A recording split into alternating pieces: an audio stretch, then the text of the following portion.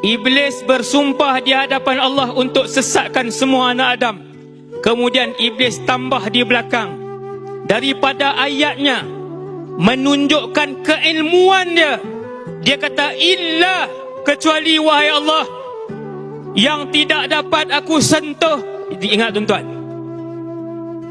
dengar tuan-tuan, aku akan sesatkan seramai-ramai mungkin anak Adam. Hari ini ada 8 bilion manusia, 6 bilion tidak beriman dengan Allah. Hanya 2 bilion yang beriman. Daripada 2 bilion, 1 bilion tidak solat. 1 bilion tidak solat. Belum lagi yang tak tunaikan zakat. Belum lagi yang minum arak. Belum lagi yang tak tutup aurat. Belum lagi yang berzina. Belum lagi yang bermain judi dan sebagainya. Tinggal berapa sahaja daripada 1 bilion? Tinggal hanya berapa ratus juta sahaja.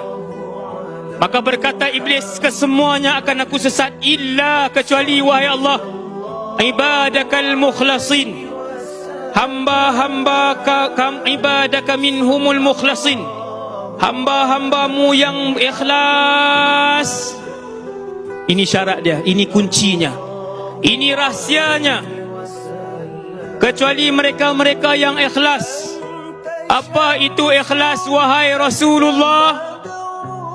Kata Nabi SAW, ikhlas ialah mereka yang hidup kerana Allah, mereka yang bernafas kerana Allah, mereka yang memandang kerana Allah, mereka yang bercakap kerana Allah, mereka yang mendengar kerana Allah, mereka yang berjalan kerana Allah, mereka yang solat kerana Allah bukan kerana mertuanya, mereka yang bersedekah kerana Allah bukan untuk ditayangkan di media sosial, mereka yang berpuasa Ramadan kerana Allah bukan kerana malu dengan adik-beradik dan keturunannya, mereka yang melakukan sesuatu kerana-Mu wahai Allah tidak akan boleh dihampiri oleh iblis.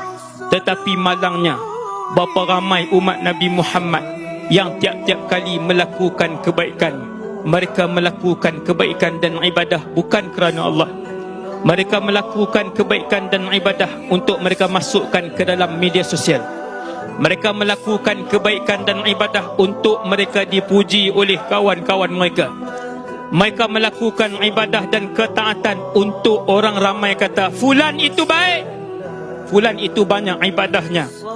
Maka orang-orang yang buat bukan kerana Allah, mereka akan ditewaskan oleh iblis laknatullahi alaih.